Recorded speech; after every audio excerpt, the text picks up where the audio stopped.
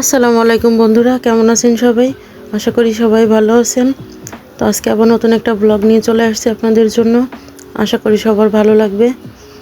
আর সে খেলা করতেছে সকাল সকাল ঘুম থেকে উঠে। আর সেকে শুয়ে রাখছি, সে শুয়ে আছে। তার মুডটা এখন খুব ভালো, সে একটু খেলাধুলা করতেছে। তো আমরা আবার চলে আসছি ছাদে এসে একটি ভিডিও করলাম। আকাশে মেঘ করেছে, এটা দেখে বেশ ভালো লাগতেছিল, এই জন্য একটু ভিডিও করলাম। মেঘ দেখলে আর ঘরে বসতে মন চায় না, মন চায় ছাদে একটু ভিডিও করি। ভিডিও করলাম। তো আজকে আমাদের দুপুরে রান্না হয়েছে ইলিশ মাছ দিয়ে পুঁই শাক দিয়ে ঝোল। তো এটা একটু ভিডিও করলাম। মাছ ভাজা হচ্ছে এক চুলায়, আর পাশের চুলায় শাক দেওয়া হয়েছে। তো মাছটা হলো আগে ভিডিও করছি। মাছটা বেশ বড় সাইজের মাছ ছিল। মাছে ডিম হয়ে গেছে। তো মাছ ভাজি করা হচ্ছে, এক পাশ ভাজি করা হয়ে গেছে, আরেক পাশ ভাজি করা হচ্ছে।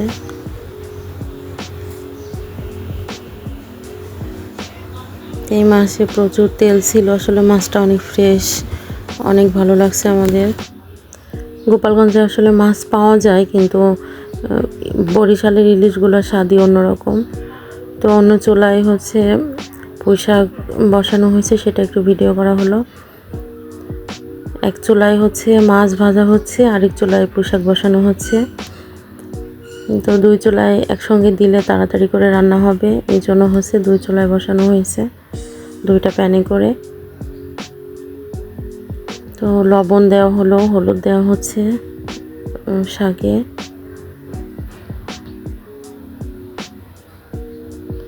তো এতে একটু ঢাকা দিয়ে দিলাম।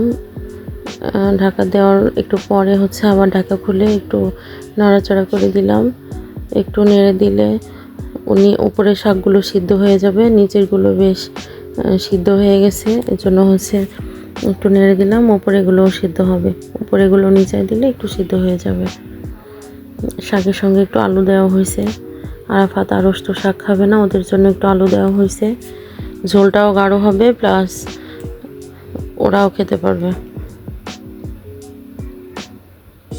এই তো এখনই আবার ঢাকা দিয়ে দিব শাকটা। তো পানি ফুটে উঠছে, আর একটু ফুটে উঠলে মাছ ভাজা হয়ে গেছে। মাছ ভাজাটা শাকের ভিতরে দিয়ে পেঁয়াজ আর জিরা ভাজা একটু ব্লেন্ড করে ঝোলের ভিতরে দিয়ে ঝোলটা নামিয়ে ফেলবো। তো এই তো মাছ দিয়ে দিলাম। শাক মোটামুটি পুরা সিদ্ধ হয়ে গেছে। এখন মাছ দিয়ে পেঁয়াজ ভাজা দিয়ে মিক্সড করা হচ্ছে। মিক্সড করার পরে একটু জাল করব, জাল করে তারপর নামিয়ে ফেলবো। মাঝে মাঝে আমরা কাঁচা মাছ রান্না করি, মাঝে মাঝে মাছ ভেজে রান্না করি।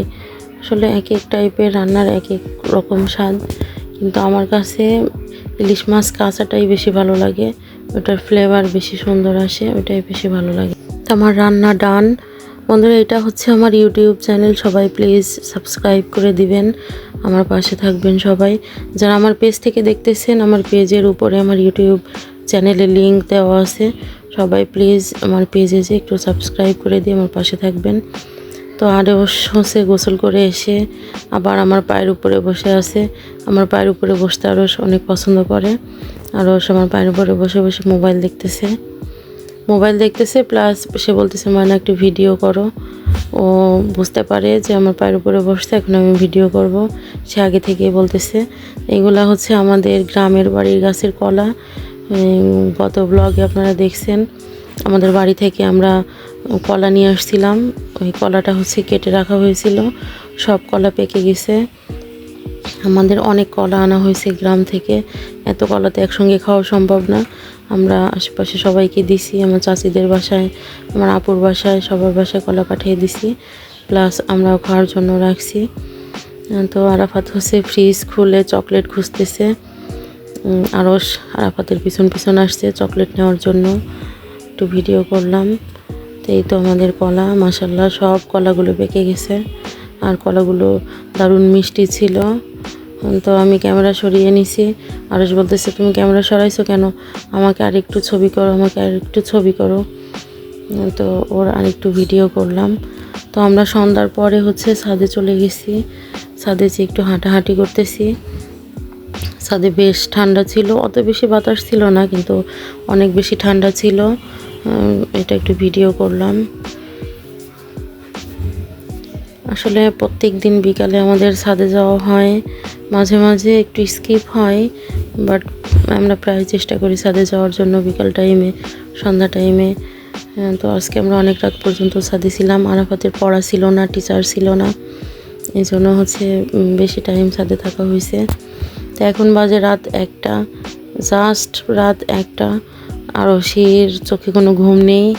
আরশির রাত মানে আরশির হচ্ছে দিন।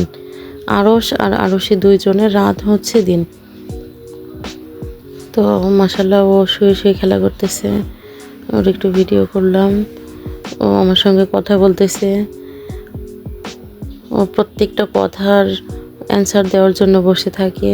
আমি কোনো কথা বললে সে তো ওইভাবে বলতে পারে না, কিন্তু প্রত্যেকটা কথা সে অ্যান্সার দেওয়ার চেষ্টা করে। কেমন করে কথা বলতেছে মাশাআল্লাহ। এখন আরশি মাশাআল্লাহ মানুষ চিনে গেছে। কাউকে দেখলে সে বুঝতে পারে কোনটা তার আম্মু, কোনটা তার দাদু, কোনটা তার ভাইয়া। সে এখন মাশাআল্লাহ বুঝতে পারে।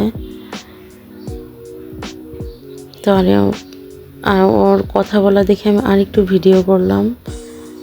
এই তো কথা বলতেছে মাশাআল্লাহ, কেমন করতেছে।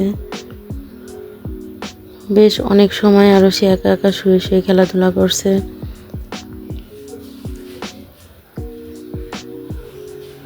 আর সে মাশাআল্লাহ এখন অনেক হাসে। সবাই আরশি, আরশ, আরাফাত ওদের 3 ভাই বোনের জন্য অবশ্যই অবশ্যই দোয়া করবেন। সবাই আমাদের পাশে থাকবেন, সবাই আমাদের জন্য দোয়া করবেন। আজকে এই পর্যন্ত। আল্লাহ হাফেজ।